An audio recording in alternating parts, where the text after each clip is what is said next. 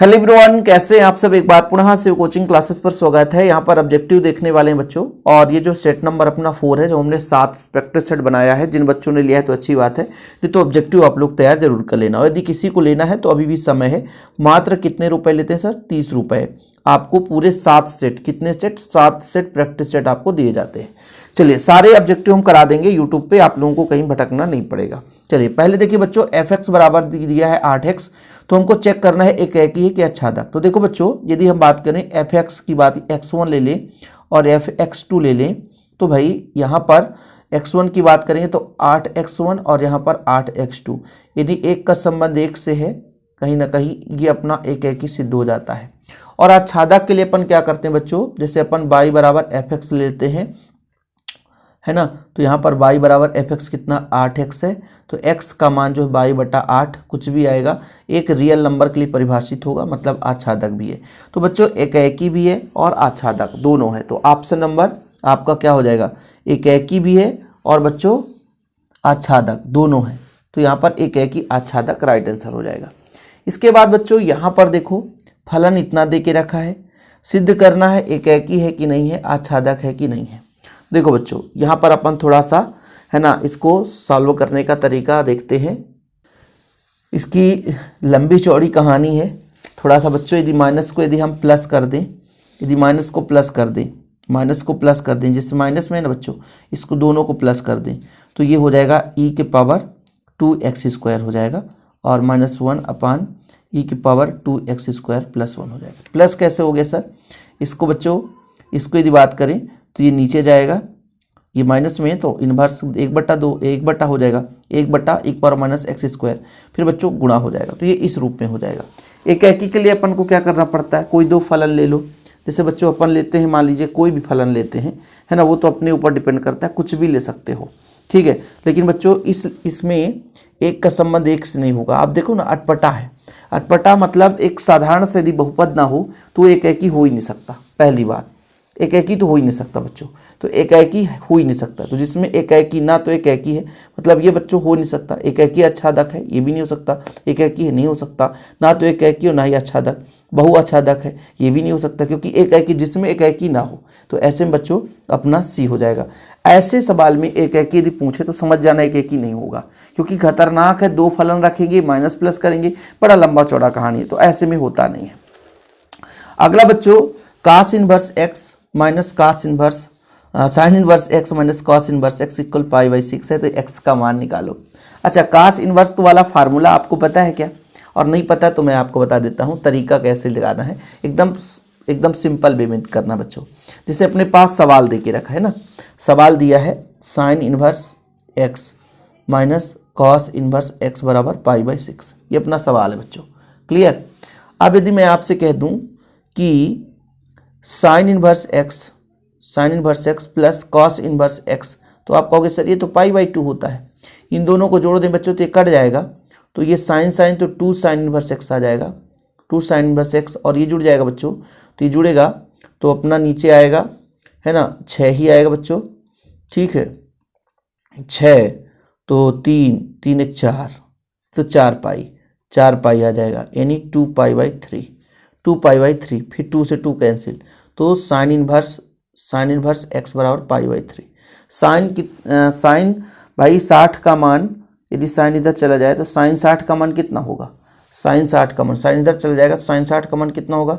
x बराबर sign 60, तो sign 60 का मान √3/2, √3/2 आंसर है। ठीक, चलिए यदि tan inverse x equal tan inverse अपना 8 है बच्चों, तो x का मान निकालो। तो इसमें एक काम करो कि इसको बच्चों चाहे डायरेक्ट यहाँ पे लगा दो formula, direct sine inverse x plus tan inverse y क्या होता है बच्चों?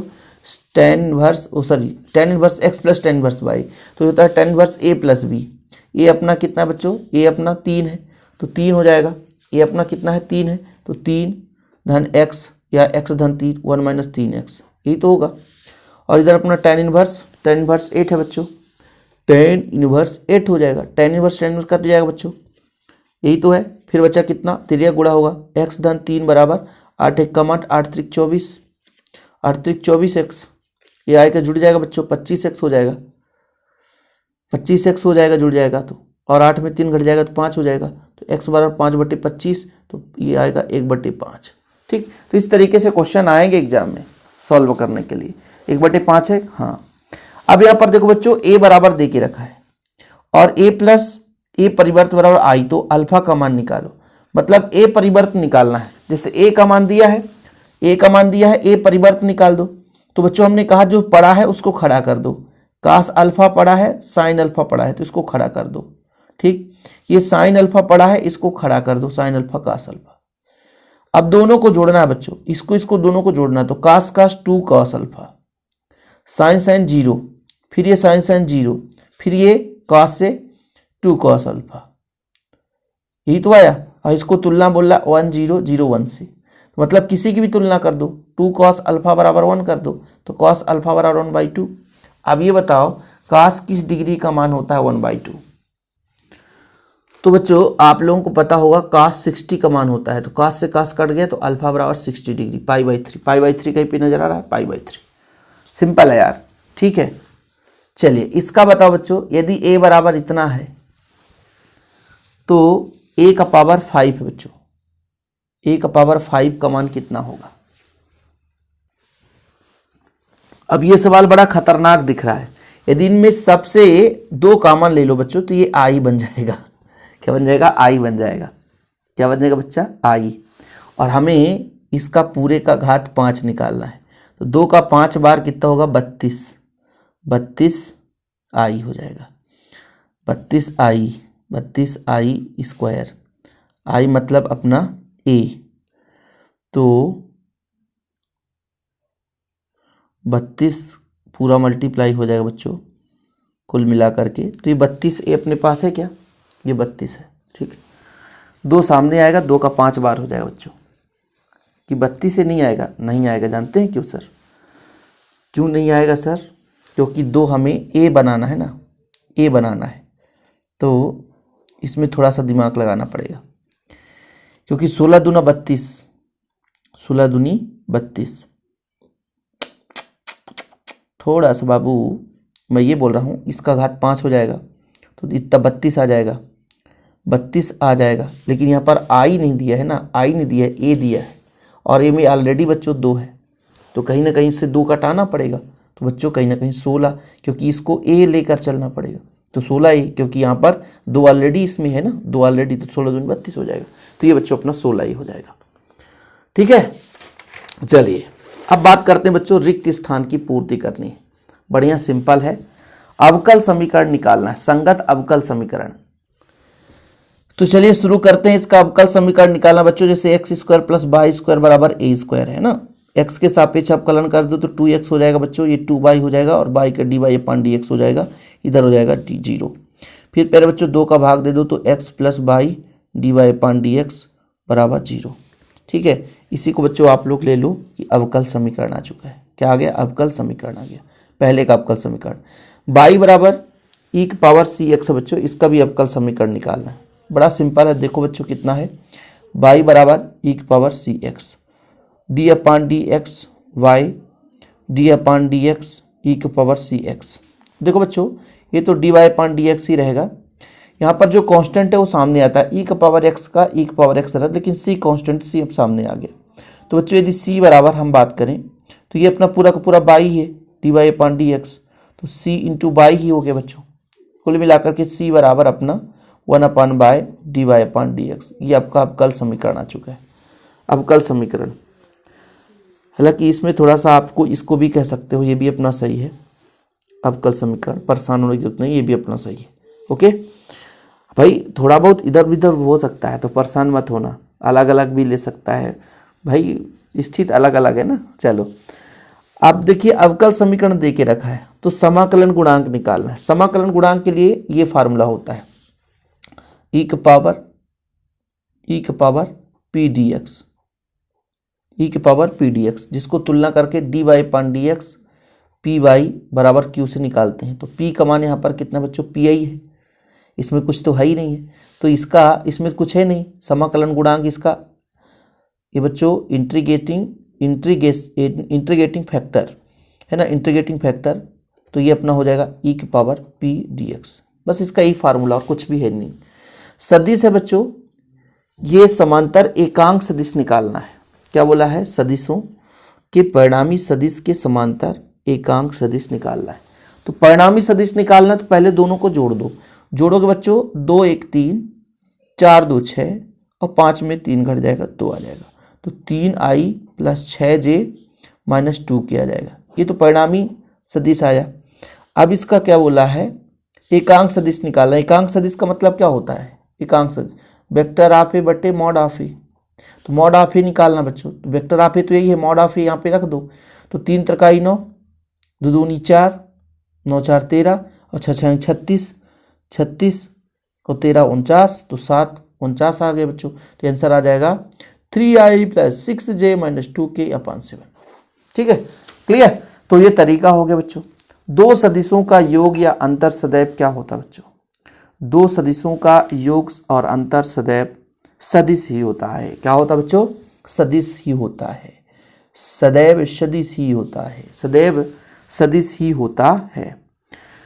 सदिशों का योग क्रम विनिमय और सहचर्य नियम का पालन करता है। लिख लेना बच्चों, सदिशों का योग क्रम विनिमय और सहचर्य नियम का पालन करता है। एक्स अक्ष की दिक् को जाए, बताओ बच्चों, एक्स अक्ष की दिक् को जाए 1 0 0, है ना? चलिए आगे चलते हैं बच्चों। अगला प्रश्न हो सकता है आप लोगों से बन जाए कि यदि पी ए बराबर इतना है, पी बी बराबर 0 और पी ए अपॉन बी परिभाषित नहीं है, बताओ सत्य या असत्य बताना बच्चों। परिभाषित नहीं है इसका मतलब खत्म वैल्यू। चलो बाबू हम बताते हैं। पी ए अपॉन बी का फार्मूला होता है P A intersection B P B. और जब इसका मान 0 रख दोगे बच्चों, 0 रख दोगे, 0 रखोगे तो इसकी कोई वैल्यू नहीं, अनंत हो जाएगा बच्चों। इसलिए परिभाषित नहीं, इसलिए कथन सत्य है बाबू।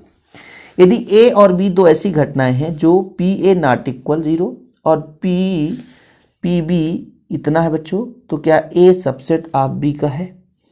देखो क्या बोला है, P A not equal 0, P A बराबर नहीं है। अब वैसे भी अभी हम पी ए निकालना पी ए अपान बी निकालना चाहते हैं, पी ए इंटरसेक्शन बी अपान बच्चों पी ए निकालना है। और बोला है पी ए 0 नहीं है, तो परिभाषित तो है। पहली बात तो ये हो गया। और इसका मान 1 है बच्चों, इसका मान 1 है, इसका मान 1 है। ये भी बताया कि इसका मान क्या है, 1 है। तो कुल मिलाकर के ये अपना पी ए इंटरसेक्शन बी यानी पी ए, तो पी ए जो पी ए है बच्चों वो पी ए इंटरसेक्शन बी के बराबर है। तो कहीं ना इंटरसेक्शन मतलब दोनों में है, यानी ए जो है वो दोनों में है, अर्थात ए जो है वो बी में होगा। भाई ए का मान दोनों के बराबर मतलब ए बी में है बच्चों, मतलब ए सबसेट बी का है। बिल्कुल सही है, तो ए सबसेट बी का बिल्कुल सही है। ए आपका उपसमुच्चय बी का है। यदि एक रेखा जिसकी दिक् को जाए LMN है, तो बच्चों L square plus M square plus N square बराबर 0 होता है? नहीं। इसका एक फार्मूला होता है बच्चों, L square plus M square plus N square, इसका मान 1 होता है। इसका मान कितना होता है? 1 होता है। अब बच्चों ये फार्मूला आपको हमने बताया था, हो सकता है आप लोगों को ना पता हो, कोई दिक्कत नहीं है। A डॉट बी बराबर होता है बच्चों, यदि A और B दो असंरेख सदिश हैं। असंरेख मतलब एक ही रेखा पर नहीं है, तो क्या ये ऐसा हो सकता है? असंरेख है बच्चों तो नहीं हो सकता, इसलिए अपना असत्य हो जाएगा। तो चौथा बच्चों अपना क्या है, ये फार्मूला जो है असंरेख असत्य है। ठीक है, चौथा असत्य है। एक त्रिभुज को भुजाओं द्वारा क्रमानुसार निरूपित सदिशों का योग 0 होता है। हाँ, एक ही क्रम में चलेगा तो सदिश का योग 0 होगा। ठीक है कि सत्य है बच्चों। एक त्रिभुज के क्रमानुसार निरूपित सदिशों का योग 0 होता है? 0 नहीं होगा भाई, ऐसा नहीं हो सकता। 3 सदिश है, त्रिभुज की तीनों भुजाओं से निरूपित कर देंगे। तो यदि बच्चों यहां पर क्या बोला है, थोड़ा फिर समझिएगा। सदिशों का योग 0 होता है, तो बिल्कुल सदिशों का योग 0 होता है, सत्य है। यदि अदिश का योग बोलोगे तो अदिश का योग 0 नहीं होता, लेकिन सदिश का योग 0 होता है। इसके बाद बच्चों A dot B A cross B का मान 0 होता है। बिल्कुल ये अपना सत्य है। ठीक, ये भी अपना सत्य है। ओके, चलिए इसके बाद पहले 3 और 4 आपका असत्य था। अब ये फार्मूला वाला बच्चों, फार्मूला वाला आप लोगों को तो कोई भी बच्चा बता सकता है, यूं आसानी से बता सकता है। पहले का बताओ बच्चों, dx upon x square minus a square है, तो ये log वाला फॉर्मेट होगा 1/2 ये log x माइनस ए अपन एक्स प्लस ए, एक्स माइनस ए बच्चों तो ऊपर x माइनस ए अपन एक्स प्लस ए। अब ये अंडर रूट है बच्चों, और 1 माइनस एक्स स्क्वायर साइन वाला फॉर्मेट होता है, तो साइन इनवर्स x अपान आ जाएगा इसका। इसका 1/x, ये x आपको और x अंदर, तो ये cosec s x, cosec या मतलब कॉट, cosec s sec में जाएगा ना सर, tan का कॉट होता था, cosec s sec हो जाएगा, तो x square minus a square, तो ये बच्चों अपना देखो cosec s sec ही जाएगा, ठीक है। तो यहाँ पर अपना sec इनवर्स x अपान दिख रहा है, तो ये अपना d हो जाएगा बच्चों, क्या हो जाएगा, d नंबर, इसका d हो जाएगा 1/a sec inverse x upon a. फिर बच्चों 1/√x square minus a square minus x square तो sine inverse x upon a होता है, लेकिन √x square minus a square बच्चों, तो इसका हो जाएगा log x plus x square minus a square, ठीक है। ये अपना log x plus √x square minus a square. tan x का बच्चों, tan x का क्या होता है, log sec x होता है, tan x का log sec x, और sec x tan x का समाकलन क्या होता है बच्चों अपना, है ना, sec x होता है, ठीक है। क्या होता है, sec x होता है। तो ये तो फार्मूला से सही जोड़ी आना ही है, एक आध क्वेश्चन इधर उधर हो सकता है बच्चों, बाकी फार्मूले से ही सही जोड़ी का काम होने वाला है। अब यहाँ पर बच्चों एक शब्द में उत्तर दीजिए। देखो एक मैं यहाँ पे त्रिकोणमिति का फार्मूला बता देता हूँ, हो सकता है किसी बच्चे से ना बन रहा हो, तो उस त्रिकोणमिति फार्मूले से आप लोगों को बच्चों यहाँ पे क्लियर रहा करेगा। जैसे आपके पास है cos इनवर्स 1/x है इक्वल थीटा है ना, तो cos थीटा बराबर 1/x हो गया। मतलब बच्चों यहाँ पे यदि मैं बात करूँ कि यहाँ पे थीटा है, तो इसका बच्चों आधार बटे अपना कर्ण हो गया, तो इसको बच्चों 1 माइनस एक्स स्क्वायर कर देते हैं, क्योंकि अपना पाइथागोरस प्रमेय लगेगा। अब tan थीटा निकालना ना बच्चों, tan थीटा तो लंब बटे होता है, लंब बटे आधार, तो लंब अपना हो गया 1 माइनस एक्स स्क्वायर बटे आधार, ये अपना बच्चों हो गया tan थीटा का मान, ठीक है, tan थीटा का मान। तो यही अपना है √1 माइनस एक्स स्क्वायर, ठीक है। e के पावर माइनस log x का अवकल गुणांक क्या होगा बच्चों, अवकल गुणांक क्या होगा। अब प्यारे बच्चों इसका आप लोगों को थोड़ा सा भी दिमाग लगाना है तो लगा सकते हो। y के बराबर कितना है बच्चों, e के पावर माइनस log x, इसको प्लस बनाना है तो 1/e के पावर log x हो जाएगा। अब बच्चों इसका फार्मूला ही है e के पावर log x का मतलब 1/x, और 1/x का अवकल गुणांक बोला है ना, तो अवकलन हो जाएगा -1/x स्क्वायर, ठीक है। ये आप लोगों को याद रखना है, ठीक है। बोलो सर कैसे अवकलन हो गया, x के पावर -1 होता, इसका अवकलन होता बच्चों x के पावर n का अवकलन क्या होता है nx n-1, तो -1 सामने आता, x के पावर अपना -1 हो जाता, तो -2 हो जाता, नीचे तो +2, आंसर आ गया -1/x स्क्वायर, ठीक बाबू।